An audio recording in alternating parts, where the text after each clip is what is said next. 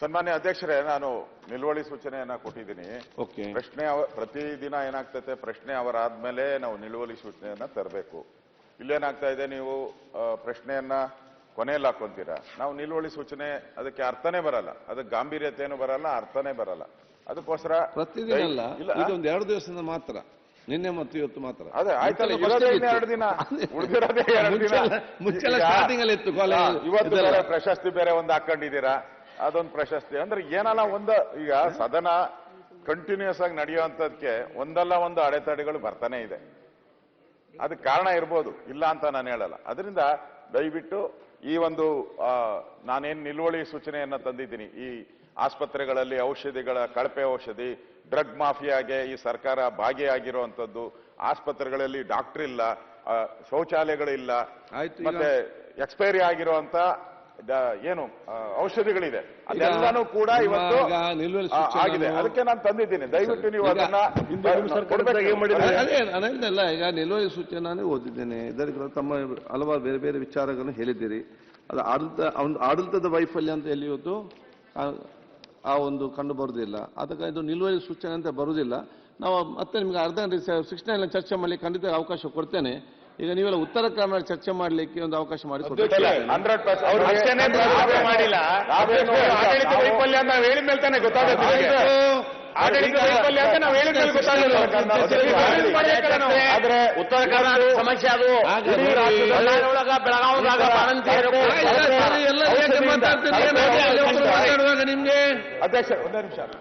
ಅಧ್ಯಕ್ಷರೇ, ಇಡೀ ರಾಜ್ಯದಲ್ಲಿ ಕಳಪೆ ಔಷಧಿಯಿಂದ 100 ಜನ ಸಾಯ್ತಾ ಇದ್ದಾರೆ. 100 ಜನ ಸಾಯ್ತಾ ಇದ್ದಾರೆ. ನಾನು ಲೋಕಾಯುಕ್ತ ಭೇಟಿ ಮಾಡಿದ ಸಂದರ್ಭದಲ್ಲಿ ಎಕ್ಸ್ಪೈರಿ ಆಗಿರುವಂತದ್ದು, 1 ವರ್ಷ ಎಕ್ಸ್ಪೈರಿ ಆಗಿರುವಂತ ಔಷಧಿಗಳಿದೆ, ಅದನ್ನೇ ತಗೊಂಡು ರೋಗಿಗಳು ಕೊಡ್ತಾ ಇದ್ದಾರೆ. ನಿಮಗೂ ಗೊತ್ತಿದೆ, ಬಾಣಂತಿಯರು ಸಾವಾಗ್ತಾ ಇದೆ. ಬಳ್ಳಾರಿ ಇರ್ಬೋದು, ಇಡೀ ರಾಜ್ಯದಲ್ಲಿ, ಇಲ್ಲಿ ಬೆಳಗಾವಿಯಲ್ಲಿ ಆಗ್ತಾ ಇದೆ.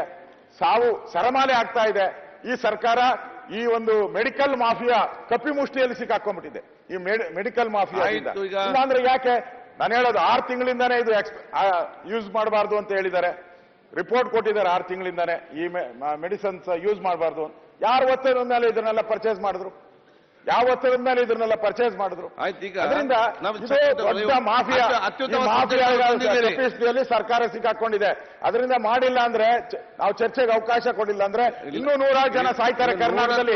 ಅದಕ್ಕೆ ಆ ಶಾಪ ಈ ಸರ್ಕಾರಕ್ಕೆ ತಟ್ಟುತ್ತೆ. 1000 ಜನ ಇವತ್ತು ಬಾಣಂತಿಯರು ಸಾಯ್ತಾ ಇದಾರಲ್ಲ, ಬೆಳಗಾವಿಯಲ್ಲಿ ಸತ್ತಿದ್ದಾರೆ, ಮಕ್ಕಳು ಸತ್ತಿದ್ದಾರೆ. ಬೆಳಗಾವಿಯಲ್ಲಿ ಇದಕ್ಕಿಂತ ದೊಡ್ಡ ವಿಚಾರ ಏನಿದೆ? ಉತ್ತರ ಕರ್ನಾಟಕದ ಆಗ್ಬೇಕು. ಅವಕಾಶ ಮಾಡಿಕೊಡಿ.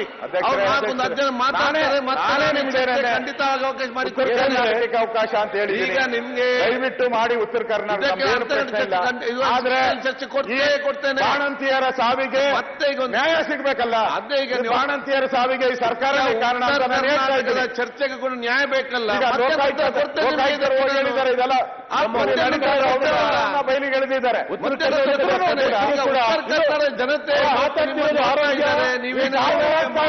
ಕರ್ನಾಟಕದಲ್ಲೇ ಏನು ಬೆಳಗಾವಿಯಲ್ಲಿ, ರಾಯಚೂರಲ್ಲಿ ಡೆವಲಪ್ಮೆಂಟ್ ಇಂಡೆಕ್ಸ್ ಬಗ್ಗೆ ಮಾತಾಡ್ತಿದ್ದಾರೆ. ಈಗ ಆರೋಗ್ಯ ಸಚಿವರಲ್ಲ, ನೀವು ಆರೋಗ್ಯ ಸಚಿವರಾಗಿದ್ದೀರಿ. ನನಗಿದ್ದೆ. ಆದ್ರೆ ನನಗೊಂದು ಭಾವನೆ ಇತ್ತು, ಈ ವಿಚಾರಕ್ಕೆ ನಮ್ಮ ಸ್ಪೀಕರ್ ಅವರು ತಡೆ ಮಾಡಲ್ಲ. ಯಾಕಂದ್ರೆ ನೀವು ನಿಮ್ಗೆ ಗೊತ್ತಿದೆ, ನಿಮ್ಗೆ ಗೊತ್ತಿದೆ. ಒಂದು ಚರ್ಚೆ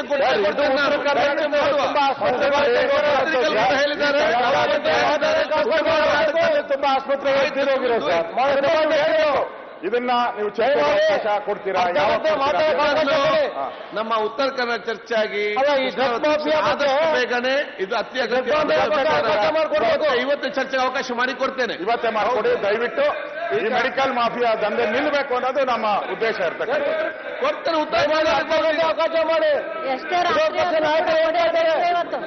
ಒಂದು ಅರ್ಧ ಗಂಟೆ ಅವಕಾಶ ಮಾಡಿಕೊಡ್ಬೇಕು. ಆಯ್ತು, ಮುಂದೆ ಹೋಗ್ಬೇಕಲ್ಲ ಅಧ್ಯಕ್ಷರೇ. ಎಲ್ಲ ಉತ್ತರ ಕರ್ನಾಟಕಕ್ಕೆ ಅವರೆಲ್ಲರದು ಏನಾದ್ರು ಬದುಕಿಗೆ ಈ ಸರ್ಕಾರ ಗ್ಯಾರಂಟಿ ಕೊಡಬೇಕು. ಗ್ಯಾರಂಟಿ ಅಂತಾರಲ್ಲ, ಬಾಣಂತಿಯರ ಸಾವಿಗೆ ಬದುಕು ಅಂತ ಗ್ಯಾರಂಟಿಯನ್ನ ಈ ಸರ್ಕಾರ ನಡೆಸಲಿಕ್ಕೆ ನೀವು ಆರೋಗ್ಯದ ಗ್ಯಾರಂಟಿ ಬೇಕು ಸಭಾಧ್ಯಕ್ಷರೇ. ಈಗ ಈಗ ಕರ್ನಾಟಕದ ಸದಸ್ಯರು ಮಾತಾಡ್ತಿರೋದು ಅಲ್ಲ ಸಭಾಧ್ಯಕ್ಷರೇ, ಏನಿಲ್ಲ ಸಭಾಧ್ಯಕ್ಷರೇ, ನಮ್ಮ ಭಾಗದಲ್ಲಿ ಆರೋಗ್ಯ ಸೇವೆ ಕೊಡಬೇಕು, ಆರೋಗ್ಯ ಸೇವೆ ಹಾಗಾಗಿ ಲಭ್ಯತೆ ಇಲ್ಲ, ಸೌಕರ್ಯ ಇಲ್ಲ. ಸಂಪೂರ್ಣವಾಗಿ ಈ ಸರ್ಕಾರ ಆರೋಗ್ಯವನ್ನ ಬಹಳ ಆರೋಗ್ಯ ಸೇವೆಯನ್ನ ಸಂಪೂರ್ಣವಾಗಿ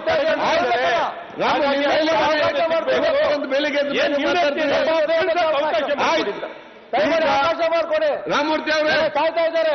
ಆಯ್ತು, ನಿನ್ನೆಲ್ಲಿದ್ದೀರಿ? ಅಲ್ಲ, ನಿನ್ನೆ ಯಾಕೆ ಬರಲಿಲ್ಲ? ಒಂದೇ ನಿಮಿಷ,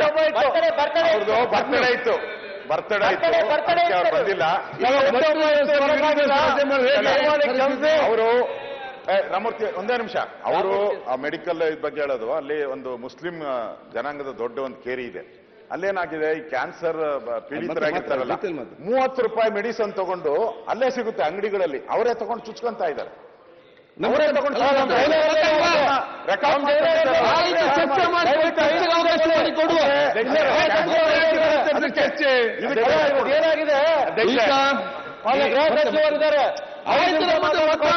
ಚರ್ಚೆ ಮಾಡಲಿಕ್ಕೆ, ಆವಾಗ ಚರ್ಚೆ ಕೊಡುವ.